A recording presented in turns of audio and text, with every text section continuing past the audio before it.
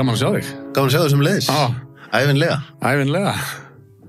Ertu ekki bara kátur? Ég bara kátur. Hringir þetta í mig úr einhverju bresku númeri. Já. 444, eða ekki? Það einhver svikamilla. Plus 44, það Bretland. Það svikamilla. Hún var að reyna að veiða mann í eitthvað. Það nóg að því maður. Það bara heill iðnaður sem í því bara út í heimi að svíkja fólk og pretta ekki internetið og síma. Hérna vorum að tala áður en byrjuðum að ég var að segja ég dái staðir því að ég gerir mig grein fyrir vinnuna sem liggur að baki því að vera í fjölmiðlabrölti. Já. Og þegar ég sá að þú værir orðin búin að kaupa nútíman og orðin ritstjóri nútímans. Ég er ekki búin að kaupa nútíman, nei, en er orðin ritstjóri. Ritstjóri nútímans. Þá hugsaði ég mitt bara, það er flott hjá honum að henda fleiri á diskinn sinn. Já, það er nóg á minni könnu, það er alveg rétt, en eins og við vorum að ræða, bara ef maður hefur gaman að því sem maður er að gera, þá er allt í lagi þó maður sé í svona 200% vinnu, alltaf því. Já, er ekki? Jú, eins og, ég hef bara alla mína tíð verið svo lánsamur, ég hef eiginlega bara starfað við það sem að ég bara hef gaman að gera og einhvern veginn aldrei þurft að líta á vinnuna mína sem svona vinnu eins og ég held að margir sem mæta svona nýju og stimpla sig inn og hvað sem þeir að gera það er bara vinna fyrir launatjekkan en þetta er ótrúlega forréttindi eins og ég er nú þreyttur á því orði forréttindi að einhvern veginn geta bara verið að sýsla við það sem maður hefur gaman að og haft tekjur af því þannig að þó að þessi brjála að gera og þá er maður aldrei einhvern veginn yfirkeyrður eða bugaður. Nei, er ekki mitt stór hluti af því þegar maður er að gera hluti sem maður langar ekki að gera þá styttir í streituna og bugunina Það gefur manni mikið kraft að vera bara að gera nákvæmlega það sem maður hefur áhuga á og hefur gaman að gera og þannig að en ég segi það ekki að líf mitt er orðið ansi þétt skipuð dagskrá allan ásins hring verandi með 3 börn á heimilinu og allt sem því fylgir en það er annar munaður sem að ég líti á sem forréttindi að vera 3 barna faðir þetta er bara ég segi það oft, mér líður eins og yfir mér svona sveimi einhver svona lukkustjarna og ég fæ bara einhvern veginn endalaust af svona góðum spilum í lífinu sem að ég en ekki það, ég er mjög þakklátur ég er mjög, ég er á hverjum degi fer ég á hnén og þakka fyrir ég ætla að segja það er það ekki hluti af því að þegar þú ert að tala svona að maður verður að iðka þakklæti og átta sig á öllum fallegu litlu hlutunum til sem að fara að taka meira eftir þeim því það er mjög velt að fara hinum meginn og vera bara að taka eftir því sem er að Það er kúnstinn það er iðka þakklæti er annars er það ekki þakklæti og það er akkurat svo auðvelt að falla í gírinn að þetta er allt svo ósangjant og af hverju er þessi á flottari bíl en ég eða þetta er einhver svona gremju eða fara að fókusa á það sem maður leyfir sér að vera óánægður með einhvern veginn og þá er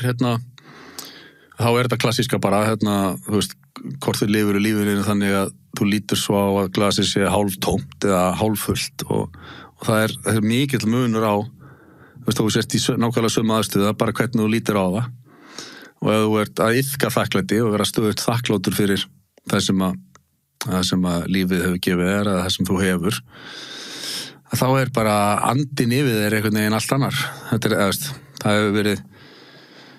verið mín reynsla eftir að ég lærði að iðka þakklæti og allir þessari sjálfsvinnu sem maður hefur verið í á undanförnum áratug rúma eða svo. Nú er ljósahárið, það mínus? Já, það er smá fíblagangur í raun og veru. Ég hef aldrei, þetta er að villtasta sem ég hef gert í mínu lífi, það er að aflita á mér hárið. Þannig að ég leiði mér að gera eitthvað svona brjálað að því tilefni að við vorum að spila helgina síðustu. Já, spáði sko að þú veist tala þakklæti, hvernig öðruvísi fyrir það að koma að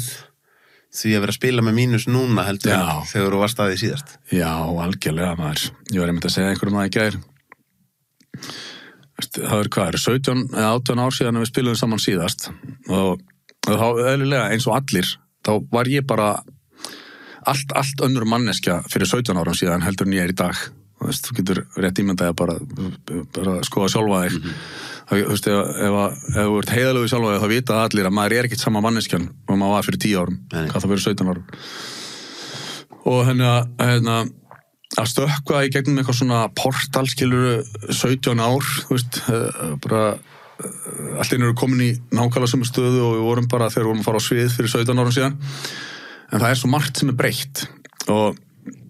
til dæmis að fyrir 17 árum síðan það ekki hvarfla að mér í eina sekundu en núna bæðið föstudags- og laugardagskvöld þá það síðasta sem ég geri áður en ég fer á sviðið það er bara að fara hnén og fara með faðarvorið. Þú veist, sem er bara lætan að ég hef gert þetta á sínum tíma og þú veist, og svo er bara þakklætið í garð félagana einhvern veginn. Það var ekki þakklæti í fókus fyrir 17 árum síðan, maður enda líka var orðin mikil gremja og undir að síðast áður en allt sprakk í loft upp, þá voru við náttúrulega bara orðnir vel súrir og þreyttir okkur öðrum og þá hafði maður heldur ekki þessi verkfæri í kistunni að kunna, þú veist, að fókus á það sem maður hefur til að þakka fyrir og þá var maður meira bara að einbeita sér að hvað pirraði mann og hvað var í gremju og svona. Þannig að þetta er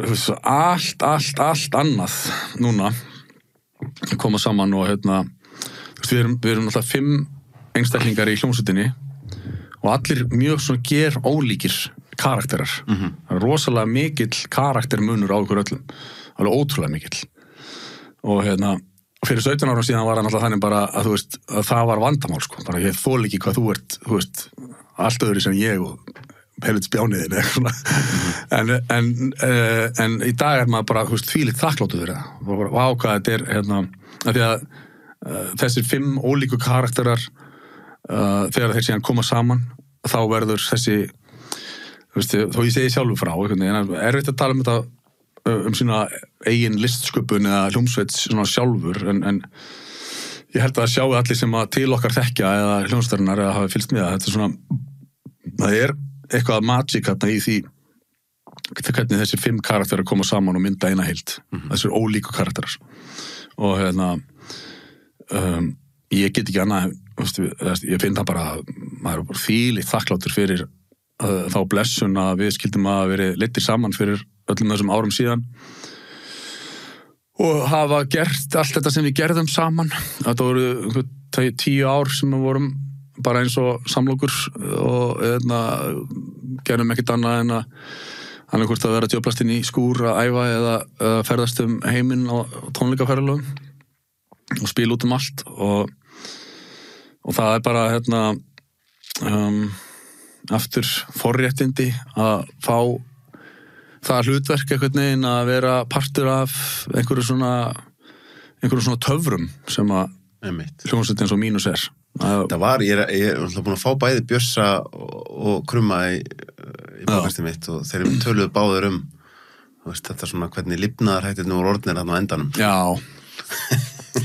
eins og sé, maður hefur ekki neitt þroska á þessum tíma. Maður bara er, þú veist, helmingi minna lífsreyndur og á margt ólært og gerir margt vitlaust og bara eins og lífið er, þú veist, það er maður veit ekkert hvað maður er að gera og þú veist ef ég Frosti í dag geti tala við Frosta þarna fyrir 20 árum þá geti ég pottþétt gefið honum frábær ráð sem að ég samt efast maður myndir vilja hlusta á en það er bara svo margt sem að veit í dag sem maður vissi ekki þá og þannig að það var þú veist pottþétt að segja að það hafi verið illa haldið á spilunum þú veist meðalveg það sem þetta þessa töfra sem við höfðum í höndunum sko saman, að þá náttúrulega nýttu það ekki vel að því að við vorum bara ekki með nægilegan fókus eða vorum ekki átt okkur á hvert við vorum að fara eða hvað vorum að gera en þú veist, engin eftirsjá, ég er ekki að segja það bara, þetta var bara rússibanni og gaman en þeim mun skemmtilegra einhvern veginn að koma saman aftur öllum þessum árum síðar og svona rökkva bara í gírinn eins og ekkert sé sko, það er bara ótrúlega þakkarvert.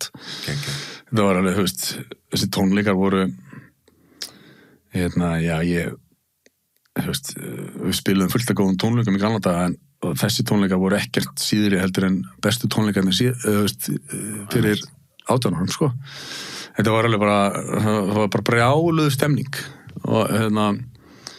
ekki síst bara í okkur, þú veist, hljómsveitinni. Bara rosalega vel gíraðir í þetta og það var búið að vera rosalega gaman í æfingarhúsnæðinu,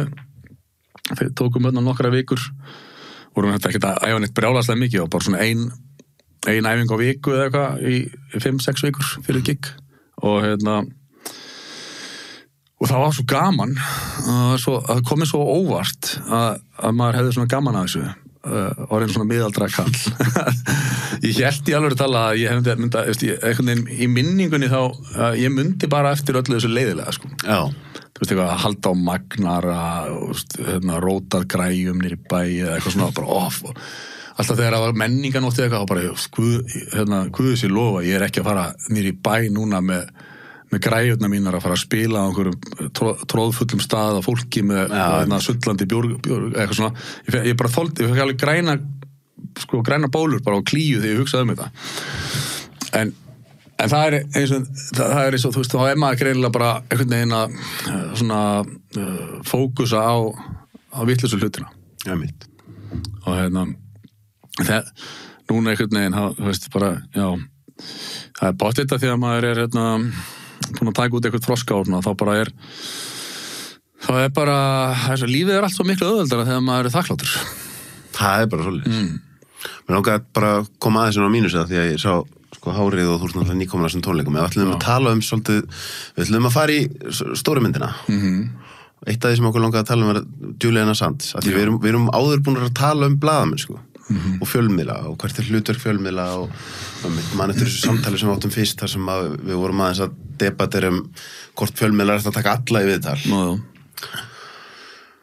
Hvað er að gerast með mitt? Maður hugsar, þú veist, það sem að þessi menn gera er að þeir í raun og ljóstra upp bara hræðilega hluti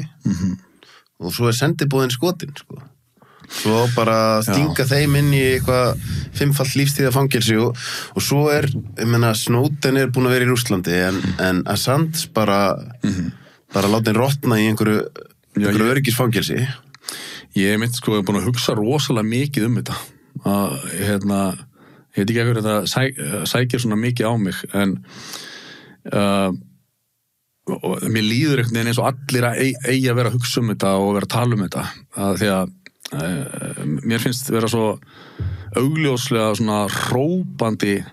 öskrandi óréttlæti fyrir framan nefið á okkur sem að svo margir virðast bara einhvern veginn að vera með lokuð augum gagnvart og þú veit alltaf eins og þú segir, glæpurinn er sá að uppljóstra einhverjum sannleika sem að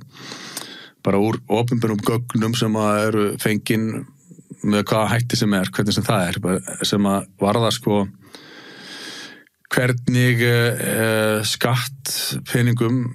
bandarísk almennings og fleiri Vesturlanda er varið í